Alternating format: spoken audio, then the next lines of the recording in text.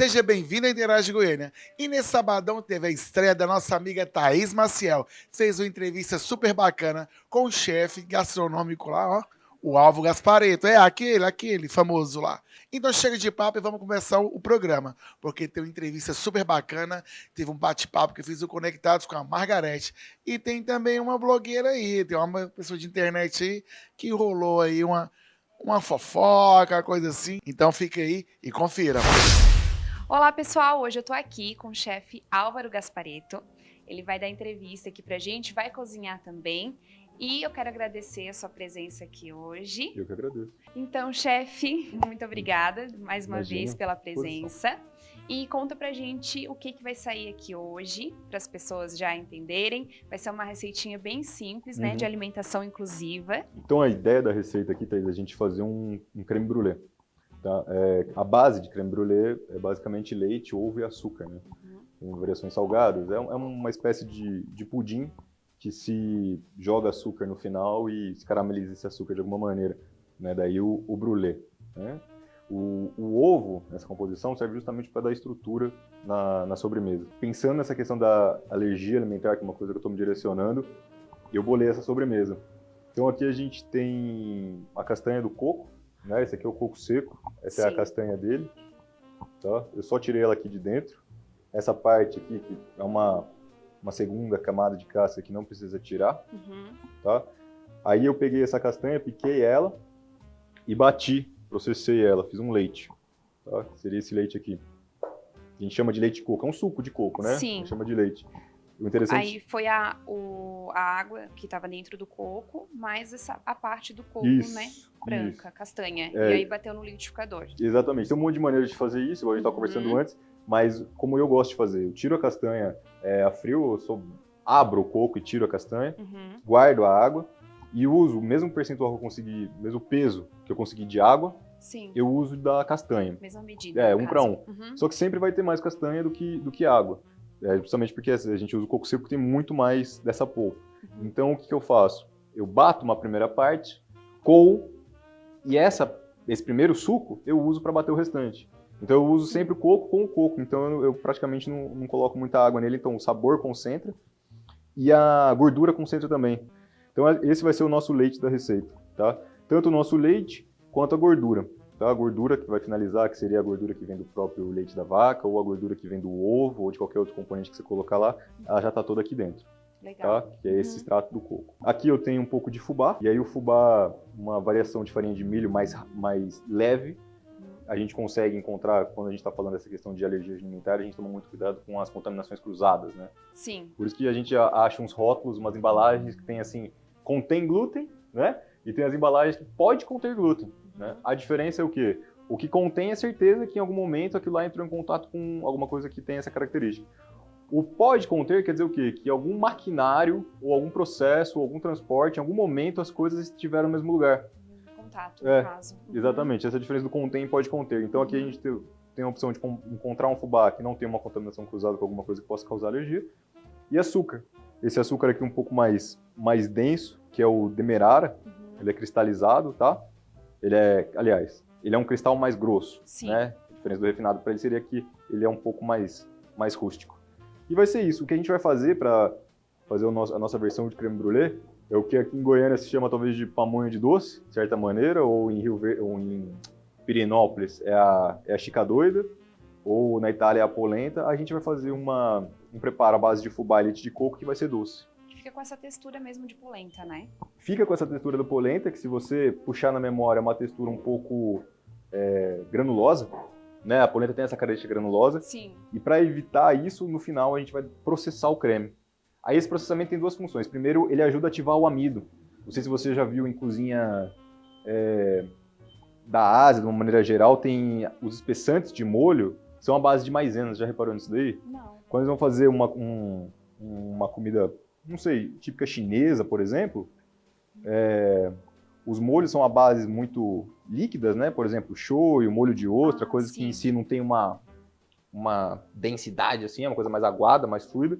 Então eles engrossam isso com maisena no final. Se hidrata um pouco de maisena na água e joga, né? Que seria um extrato do milho, maisena ou amido de milho, que eles chamam de slurry.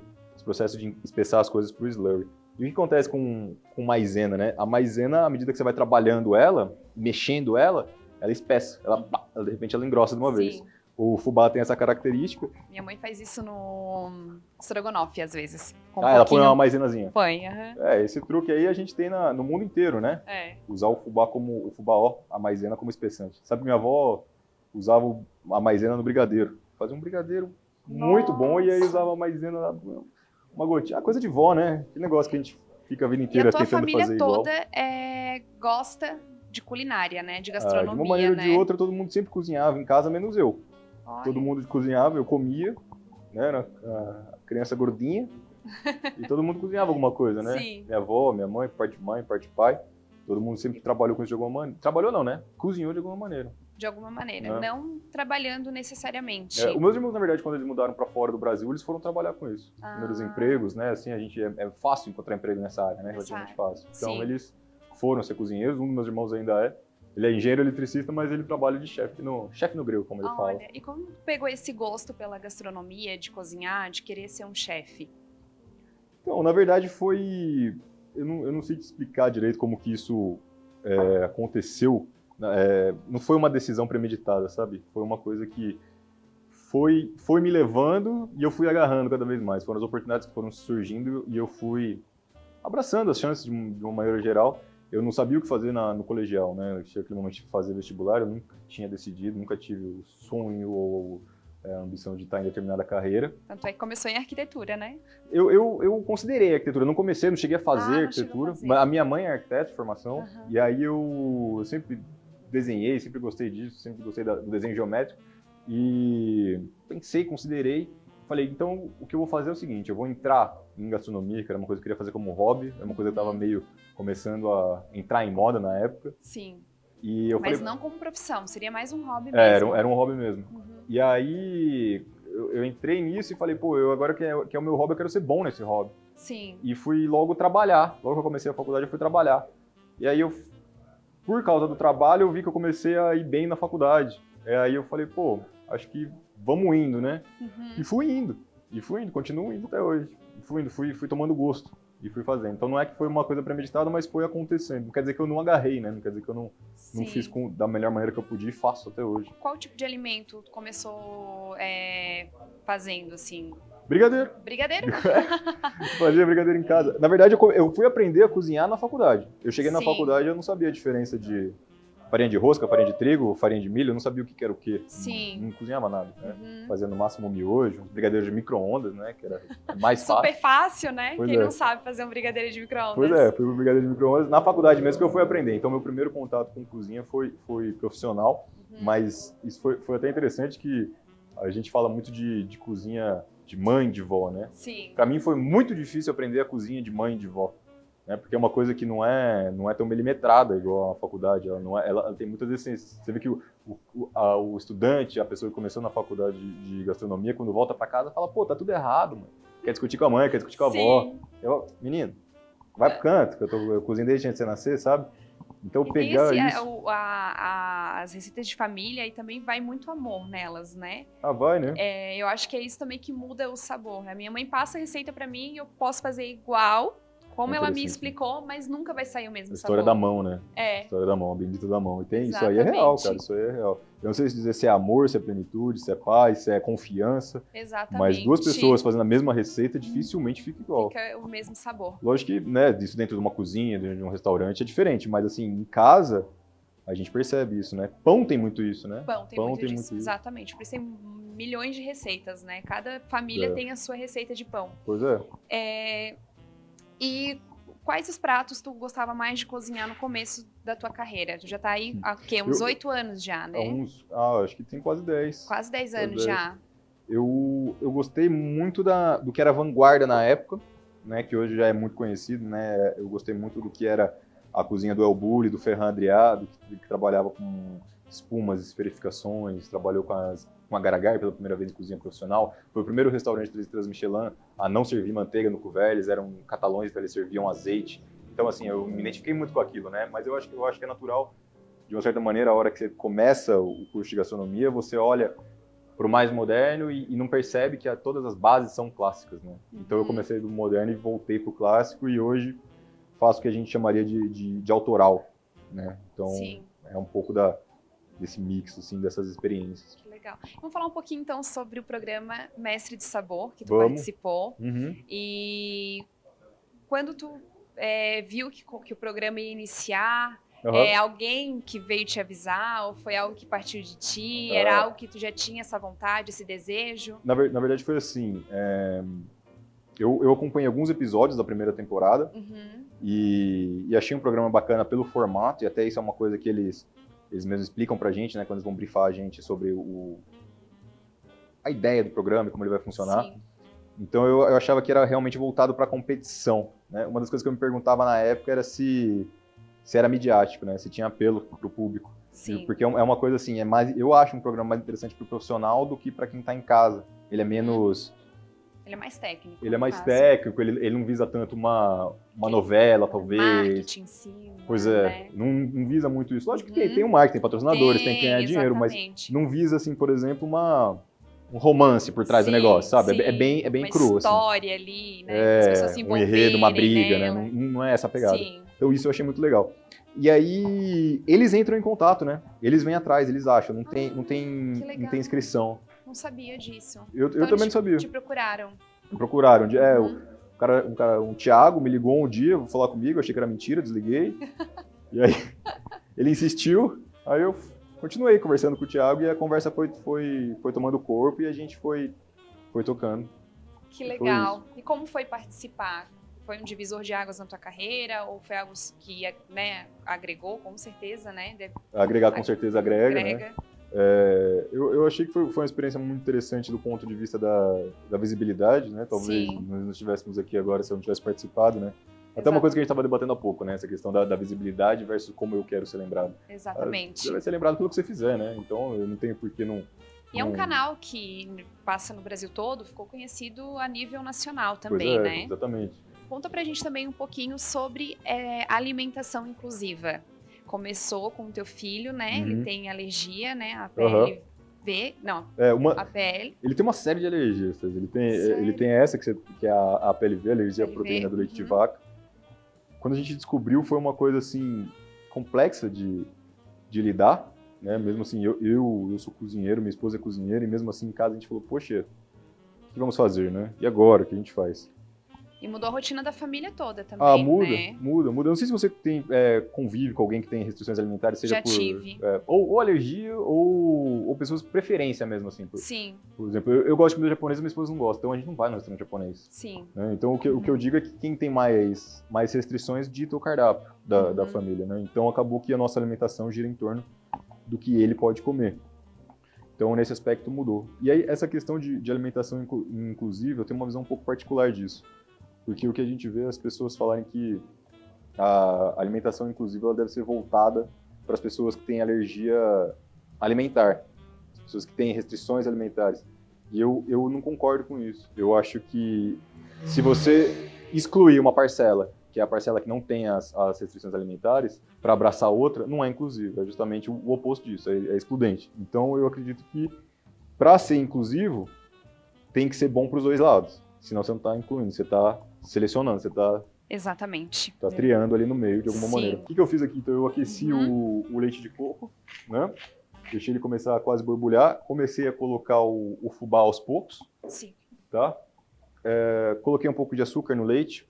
Quando a gente vai trabalhar com esses açúcares maiores, é ideal que a gente dissolva ele antes para não ter para dar tempo dele adoçar o que a gente estiver fazendo para chegar no ponto que a gente quer, a gente não correr o risco de colocar muito açúcar de uma vez. Entendi. Né? Então eu coloquei o açúcar junto com o leite ferveu, dissolveu o açúcar, comecei a colocar o fubá.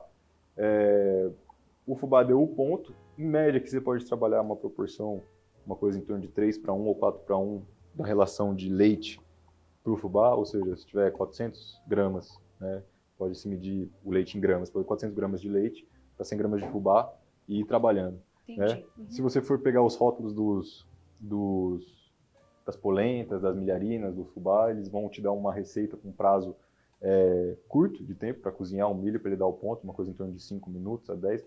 Você pode fazer por mais tempo, e eu acho interessante fazer por mais tempo, Quanto mais você fizer, mais trabalhar, melhor vai ser o resultado final.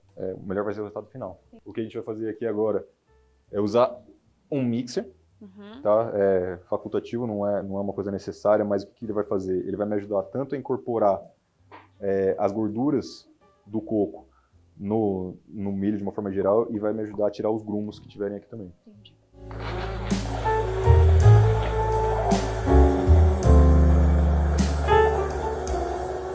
Entrar com mixer ou com um liquidificador que seja, ele traz um pouco de brilho no preparo, né? Isso aqui acontece porque ele está emulsionando as gorduras com os líquidos, né? A água e a gordura estão virando uma emulsão, né? Então isso aqui dá um aspecto visual mais interessante. Tá? Pode Muito deixar bonito, ela ficar gente. muito grossa, não precisa ficar muito firme nesse momento, porque à medida que ela esfriar, ela vai Ela vai na compactar. geladeira ainda, né? Se aqui ela ficar aquela polenta dura, a hora que sair da geladeira ela não vai estar tão gostosa, não vai estar tão cremosa. Entendi. Né? Parte da questão do creme é que ele seja aquele cremoso na boca. Sim. Não uma polenta daquelas que a gente consegue fritar depois. Então é uma coisa, é um meio do caminho. Creme né? brulee Pode ver que mesmo, ela né? tá um pouquinho mais aguada, mas a geladeira vai terminar isso pra gente. Tá. Tá?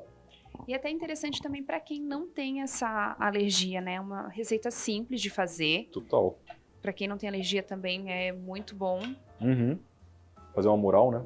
É. Fazer uma moral com as visitas. Exatamente. Eu coloquei esse prato aqui, ele é largo da parte de vista, apesar de ele ser pequeno aqui, ele tem um fundo largo. Então eu coloquei um pouco para conseguir espalhar. Pelo que eu vou bater embaixo aqui, ele vai ficar mais bem distribuído. Isso aqui também Já me vou ajuda. aprendendo as técnicas, ó. Essa batidinha embaixo me ajuda com duas coisas. Primeiro, a espalhar. Segundo, a tirar o ar de dentro dele, para quando a gente comer ele não ter aqueles furinhos dentro. Então todo o ar que estiver lá dentro repara que tem umas bolinhas que vão estourando na superfície. Sim. É esse ar que a gente vai tirando, ele espalha. E já tá com uma textura super firme, né? Quase não escorre. Sim.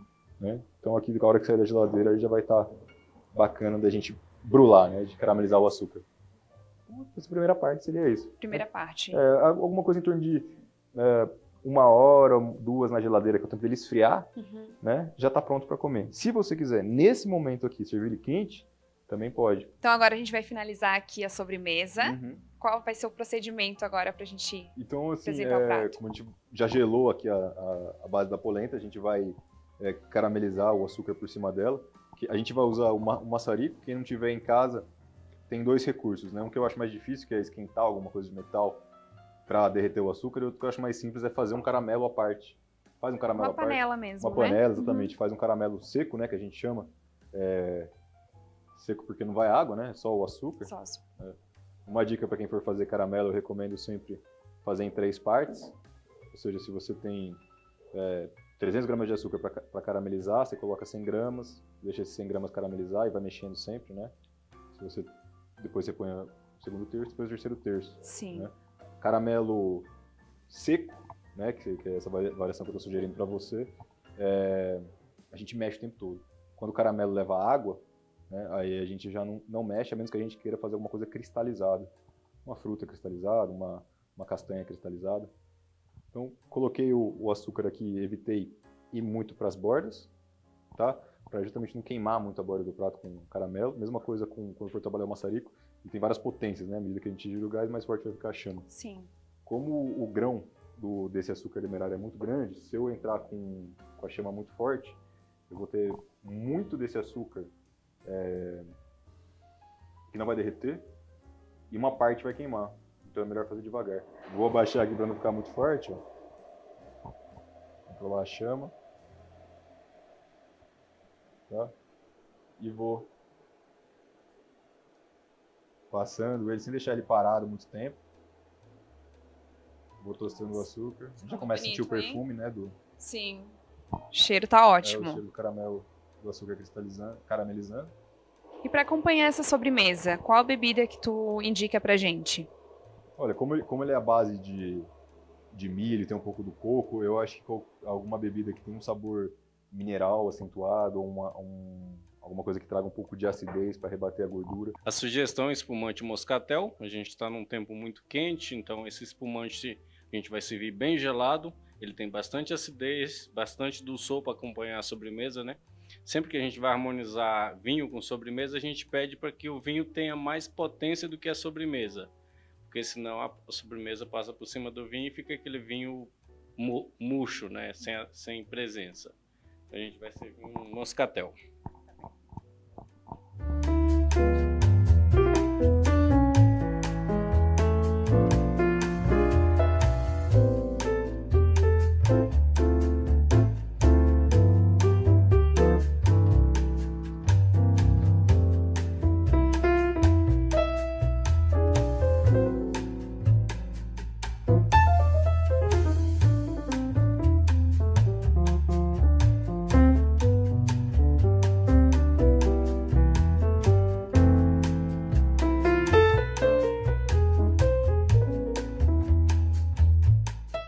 Então a gente encerra agradecendo mais uma vez o chefe Álvaro, o Zé aqui da Decanter, e ficou uma delícia. E a gente vai brindar agora. Saúde!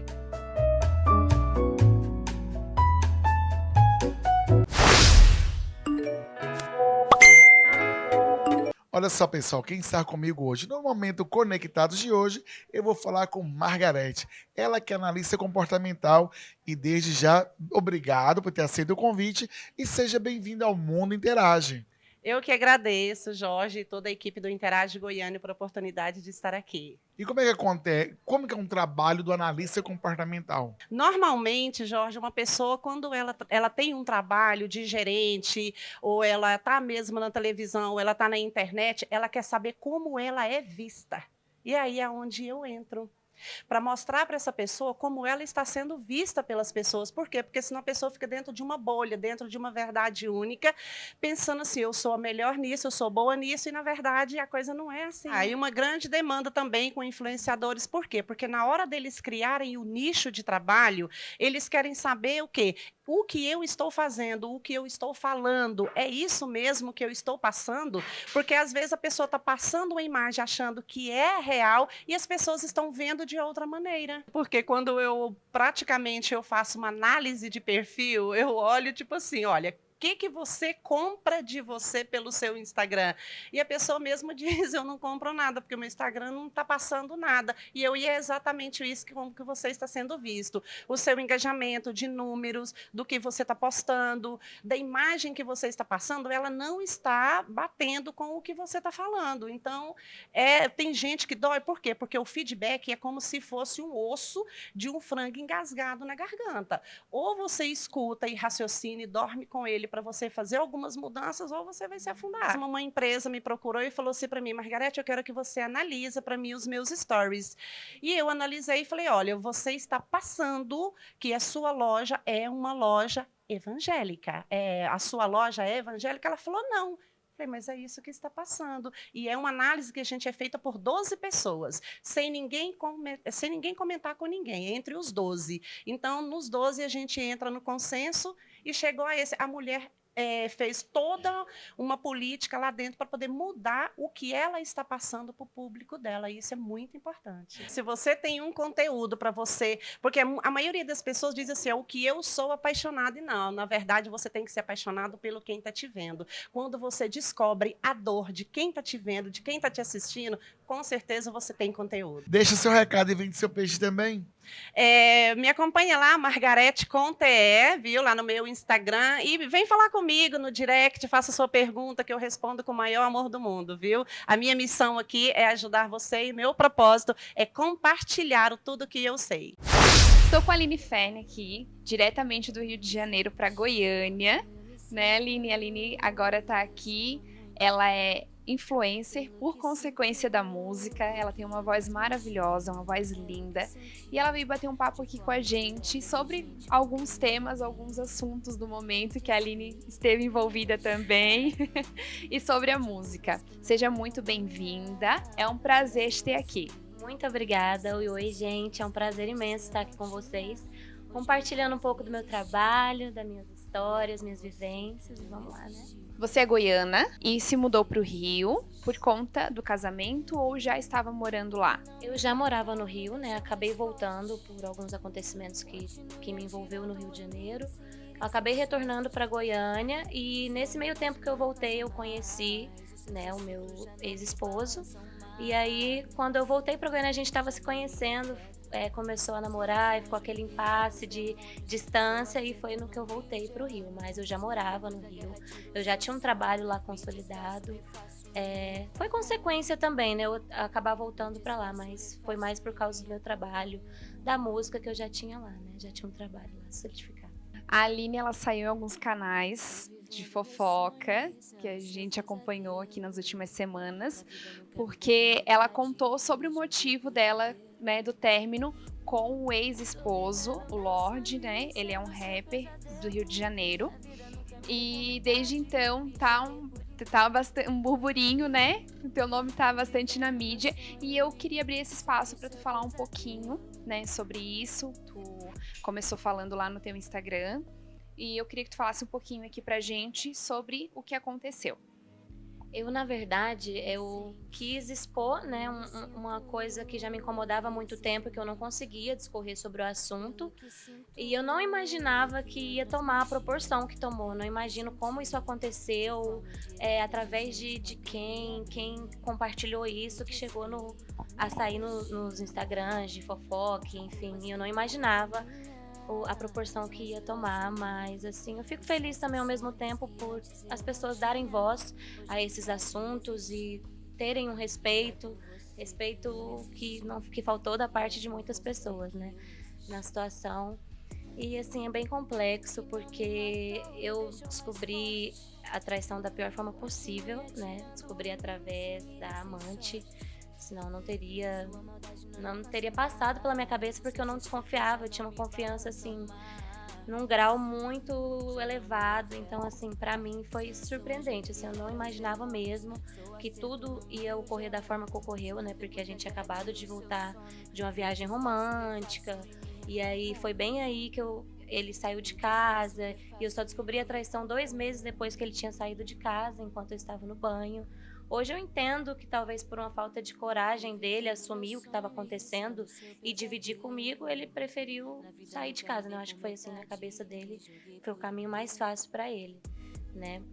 Só explicando, enquanto tu tomava o teu banho, ele pegou as coisas e foi embora, né? Isso eu ainda não sabia da traição, né? Eu tava no banho. Então, assim, no primeiro momento eu senti uma culpa muito grande, porque eu ficava assim, gente, o que tá acontecendo? Eu sei que nós tivemos, assim, um relacionamento um pouco conturbado e agressivo, mas a gente tava numa fase tentando se realinhar, a gente fez uma viagem romântica, então, assim, pra mim, eu não imaginava mesmo que tudo ia acontecer da forma que aconteceu. Foi, assim, bem devastador pra mim mesmo, mas a gente não tem controle sobre as ações do próximo, né? Só sobre as nossas. E falando agora então um pouco sobre música. Como é que estão os projetos, né? Tu vai ficar aqui em Goiânia, vai voltar para o Rio? Como é que vai funcionar daqui para frente? Então, a minha intenção é poder consolidar meu trabalho aqui em Goiânia, mas também trabalhar no Rio. Eu tenho bastante trabalho por lá, parcerias. E aqui também, graças a Deus, as coisas estão fluindo de uma forma muito legal. E tem muita novidade para chegar para vocês, muita música nova. Tem música, gente, com cantores de fora, da Angola. Então, assim, vai ser um trabalho bem legal. Tem muita coisa aí para chegar para vocês. Não estamos parados, não. E o teu trabalho também, tu dá também aula de vocal, técnica vocal, como é que funciona?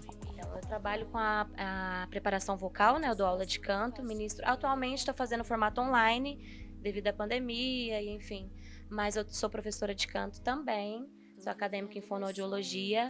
E atualmente é nesse formato que eu estou fazendo, formato online, mas também tenho aulas presenciais. Já trabalhei em algumas escolas lá no Rio e aqui em Goiânia também, escolas de música.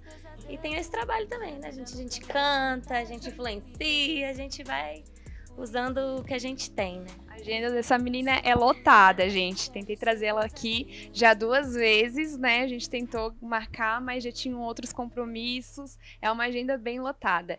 E eu vou pedir para que a gente termine. Eu quero agradecer, né, por tu estares aqui, pela entrevista, pelo nosso bate-papo.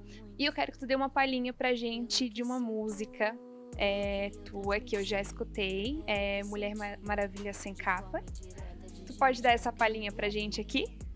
Claro, eu queria agradecer também a oportunidade de estar aqui compartilhando meu trabalho com vocês. É uma satisfação imensa. E vamos lá, né? Quando eu abro a janela, te vejo de lá pra cá, daqui pra lá, indo e voltando da guerra.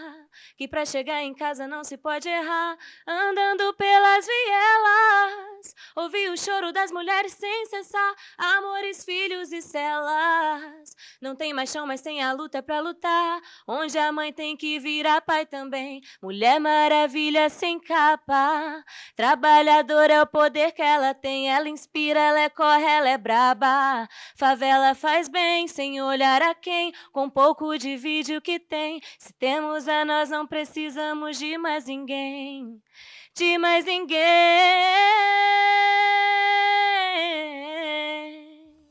Yeah.